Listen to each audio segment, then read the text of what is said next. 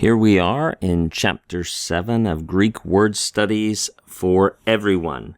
And we're putting it all together now, and we're suggesting a 7-step method, putting together all the things that we've learned, and then we're going to practice it 3 times. Okay, so what if there's a word in the Greek New Testament that you want to investigate? What should you do? Well, first, number 1, consider the literary context. The literary context is most important, because all words have a range of meaning, and only the context of the sentence, the paragraph, the letter, or the narrative can tell us, right? The author gives us clues. He leaves the words and phrases around the word we're studying and assertions elsewhere to help us understand what he intends by that word. Another step we're recommending with word studies is to compare English Bible translations. That can be very helpful because, remember, major translations are done by committees. And so these committees have put a lot of thought into how to phrase the Bible in English, how to render Greek words, and it's also very significant where they differ, right? So to take note of where English translations differ. When you're homing in on a particular word, list the Greek word's range of meaning. Remember, the technical name for that is the semantic range. You need to know the word's semantic range. How do you know that? Well, one of the easiest ways to know that is look it up in BDAG, right? This is the best Greek lexicon. It's not inerrant, but it's really good. Stands for Bauer, Donker, Arndt, and Gingrich. Look it up in the best New Testament Greek lexicon. If you can't use BDAG, look it up in Thayer.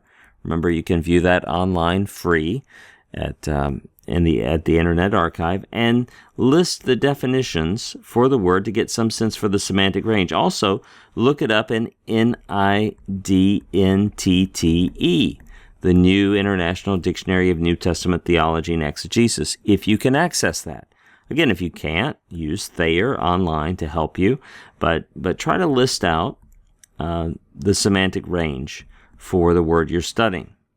Next, note interesting appearances of the word in the Greek New Testament. So what will you need for this? You'll need a concordance-type search feature like at the lexicon.katabiblon.com where we can see, here are all the instances in the Greek New Testament of this word. Let's look at the context and see what these passages tell us about how the word is used. And another step we're recommending is to note interesting appearances of the word outside the Greek New Testament, especially, and in these exercises we'll just focus on the Septuagint.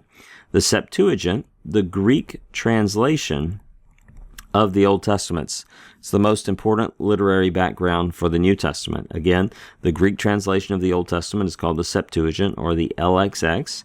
And with the website, I'll just open it up here to remind us of it. The website, lexicon.katabiblon.com, when we search on that, it will give us the data for both the New Testament and the Septuagint.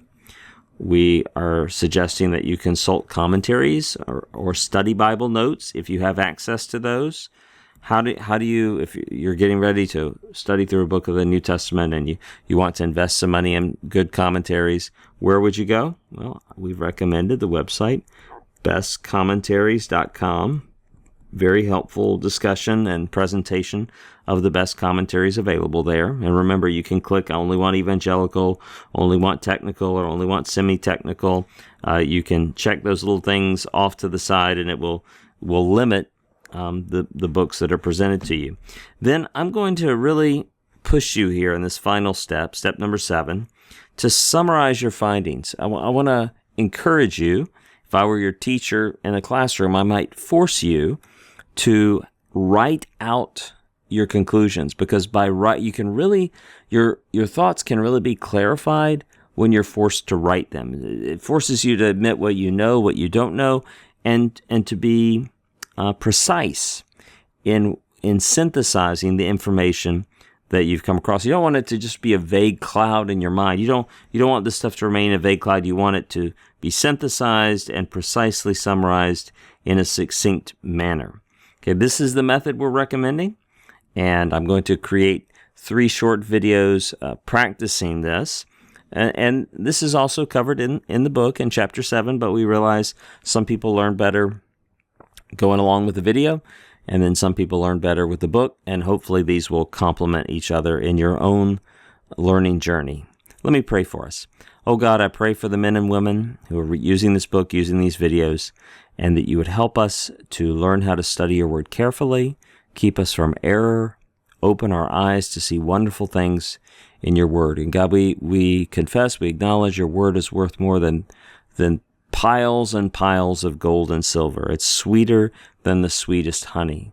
And we pray we would experience that sweetness, and we would delight in you and in your word, and that joy and delight would spill over with our love for other Christians, our love for our neighbor, our gospel witness to those who do not know you. We pray this in Jesus' name. Amen.